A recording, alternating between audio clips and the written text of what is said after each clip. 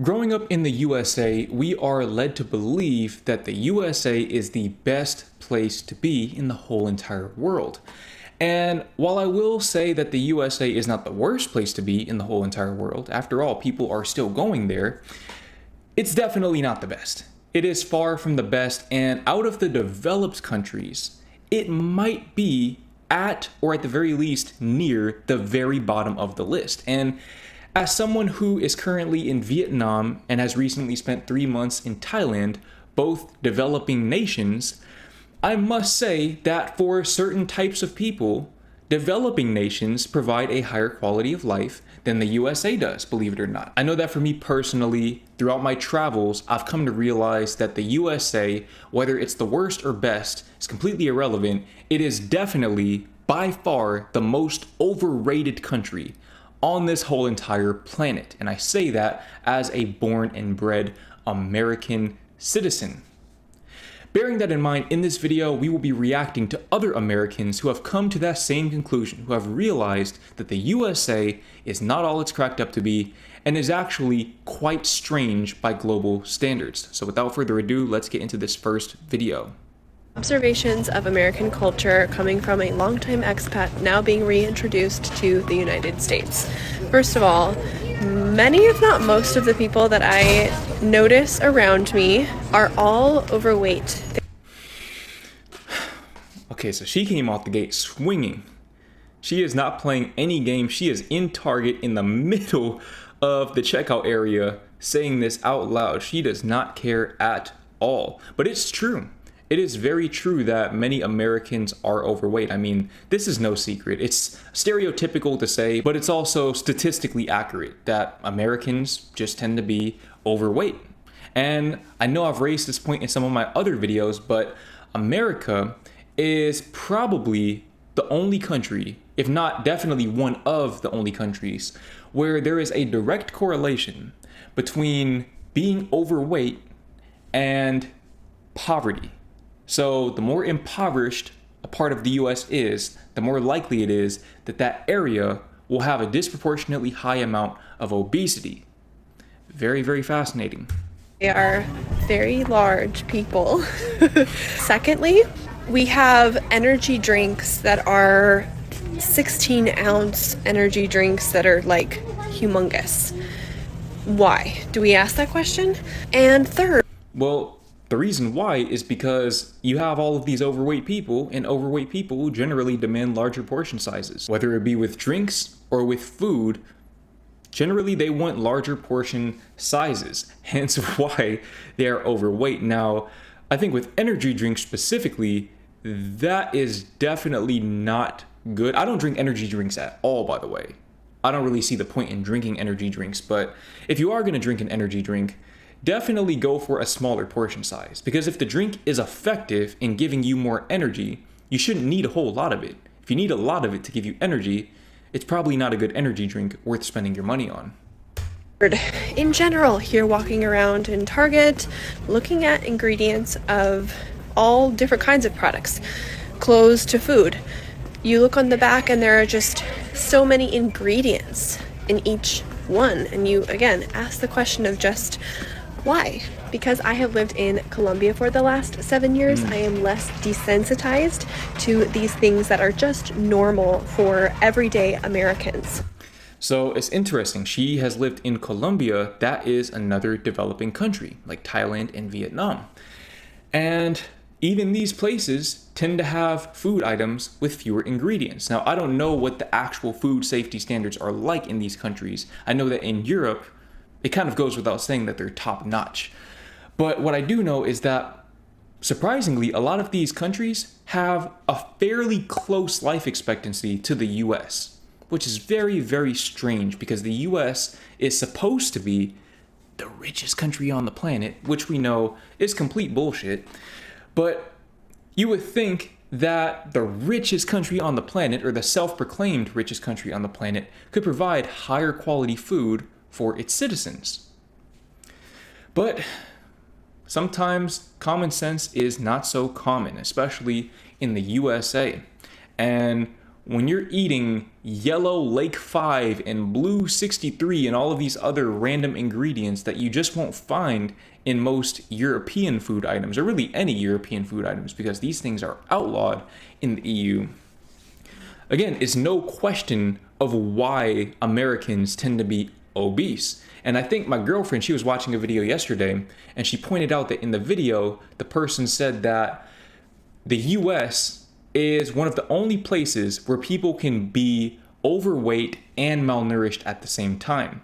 And again, I think a lot of that comes back to people in the US who are in poverty only having access to low quality food, where the food itself is voluminous, has a lot of calories, but it doesn't have a lot of nutrients. And so you have to eat more and more nutrients. And let's not even get into talking about vitamins and how much those cost, or actual medical care.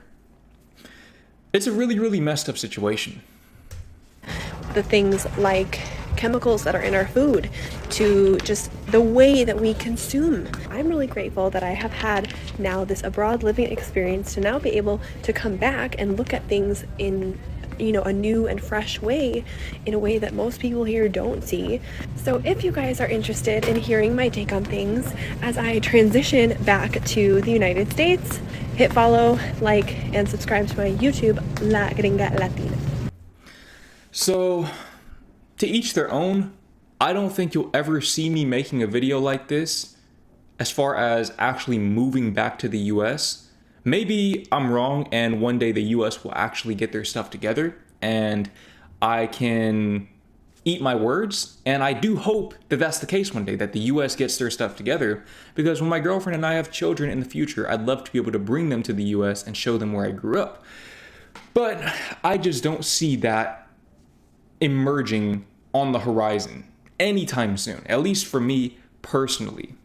But she raised a really good point about how Americans consume. Americans just live in excess. And I was thinking about this the other day.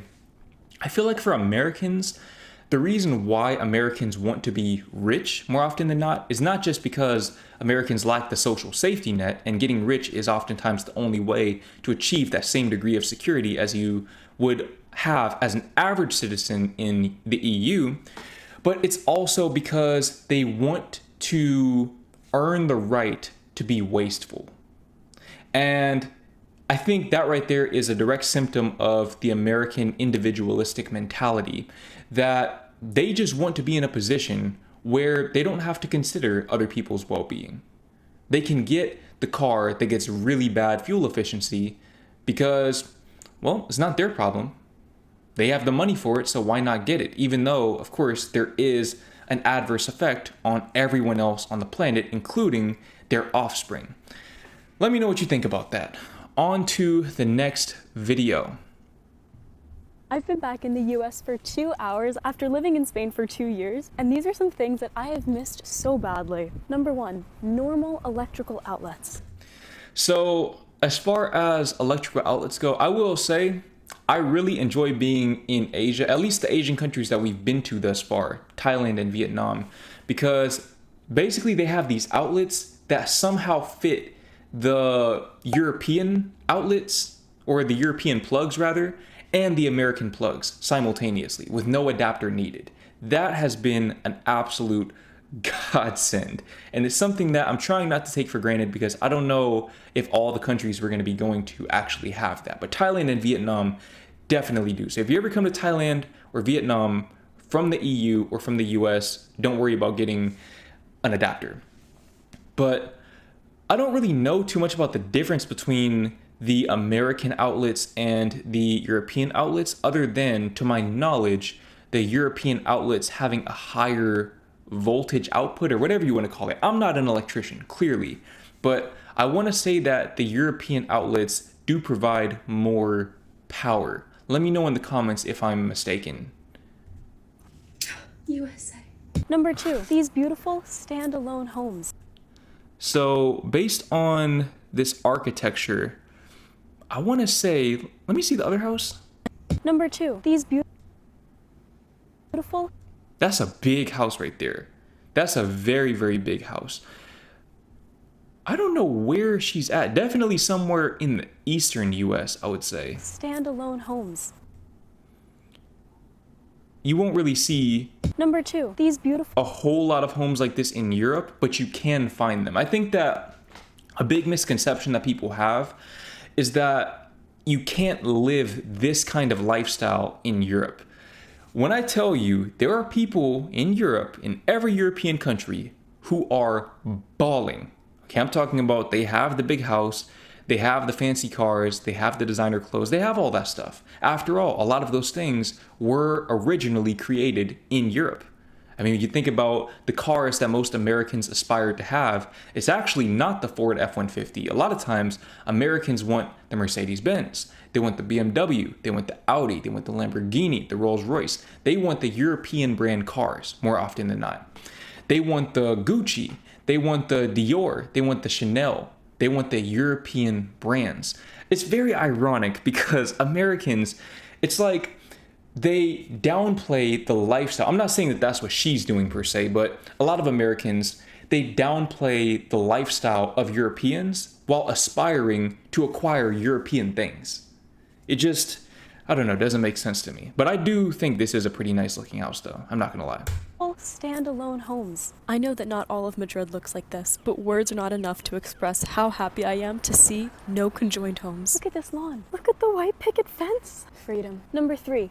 Yeah, I don't know where she's at. This must be in South Carolina or something. I don't see any mountains in the background. Probably in the American Southeast somewhere.